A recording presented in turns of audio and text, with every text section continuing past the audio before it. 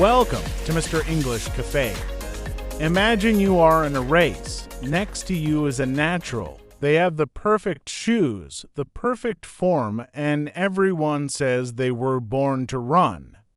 You're just an average runner. By the halfway mark, the natural gets a cramp, feels bored, and stops. But you keep breathing, keep stepping, and you finish.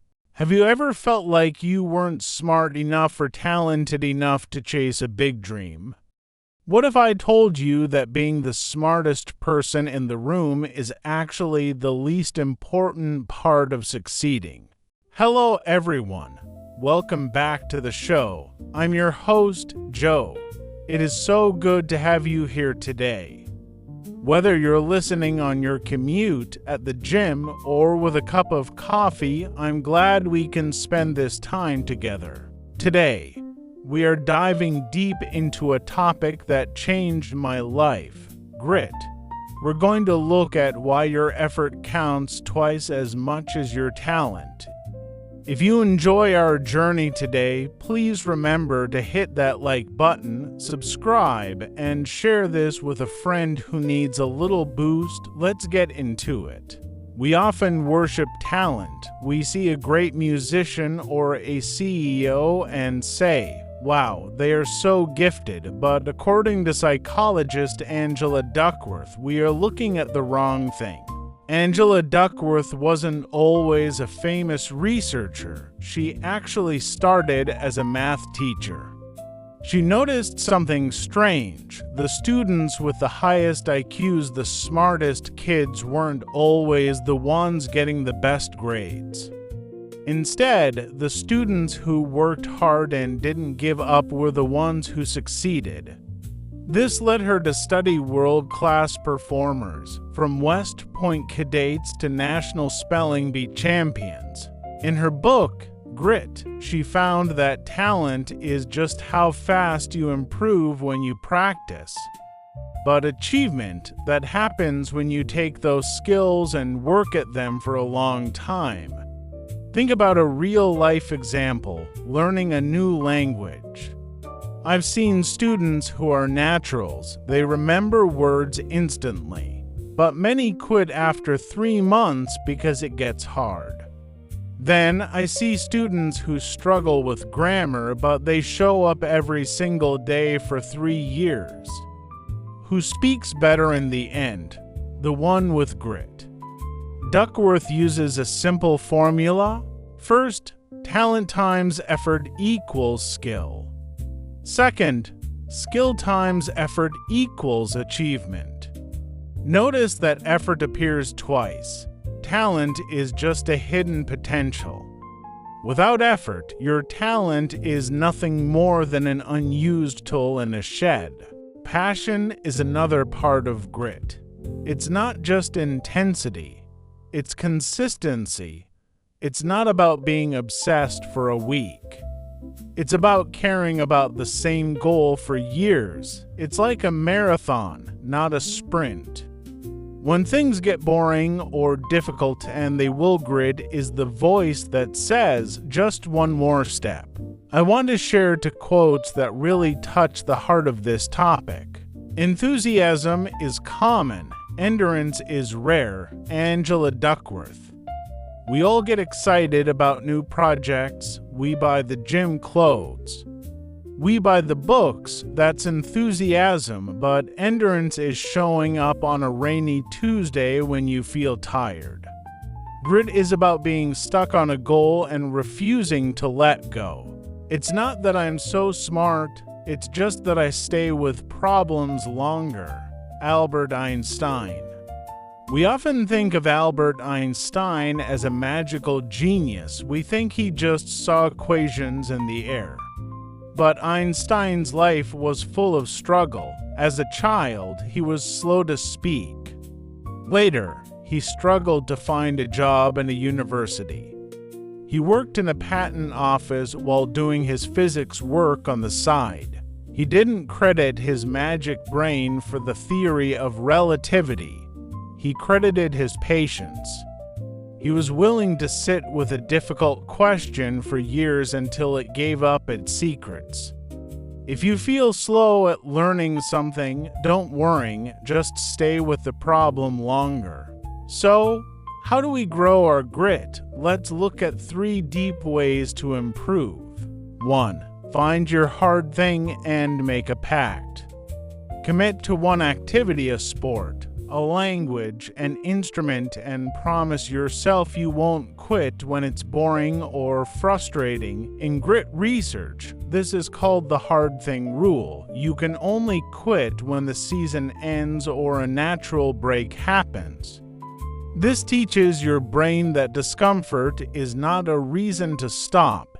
It builds the muscle of staying power. 2. Practice deliberate practice. Most people practice what they are already good at because it feels nice. But grit requires deliberate practice. This means spending 15 to 20 minutes a day working only on the part that makes you feel frustrated. If you are learning English, don't just read stories you understand. Spend time on that one grammar rule that confuses you. That stretching feeling is exactly where the growth is. 3. Change your self-talk with the power of yet. We often have a fixed mindset. We say I'm not a math person or I'm not good at public speaking. This stops our progress. Instead, add one tiny word.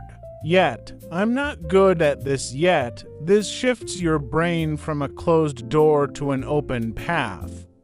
It acknowledges that your current skill is just a starting point, not a final destination. It gives you permission to be a beginner. To wrap things up, remember, talent is a gift you are born with, but grit is a character trait you build. You don't need to be the fastest, the smartest, or the luckiest person to reach your dreams. You just need to be the one who refuses to stop. My final reminder for you is this: don't let a lack of natural talent stop you from starting. Your effort is your superpower. We've talked about Angela Duckworth's research, Einstein's patience, and how to practice staying power. Before you go, I want to ask you a deep question to carry in your heart today. If you knew that you couldn't fail as long as you didn't quit, what is the one dream you would start chasing right now? Think about that. If this episode helped you, please subscribe, leave a review, and share this with someone who is doubting themselves. You've got this. I believe in you. I'm Joe, and I'll talk to you in the next episode. Keep going. Thanks for joining us. In this podcast, you've learned the following. Let's read aloud. Enthusiasm is common. Endurance is rare. Enthusiasm is common. Endurance is rare. It's not that I'm so smart. It's just that I stay with problems longer. It's not that I'm so smart. It's just that I stay with problems longer. Succeed. If you work hard and never give up, you will eventually succeed in achieving your dreams. The scientists believe their new research project will succeed where others have failed. The young prince is scheduled to succeed his father as the king of the country next year. Worship. The ancient tribe built a beautiful stone temple to worship the god of the sun. Many young teenagers absolutely worship that pop singer and buy all of his merchandise. They go to the local church every Sunday morning for family worship and prayer. Cadets. The military cadets marched in perfect formation during the National Day Parade.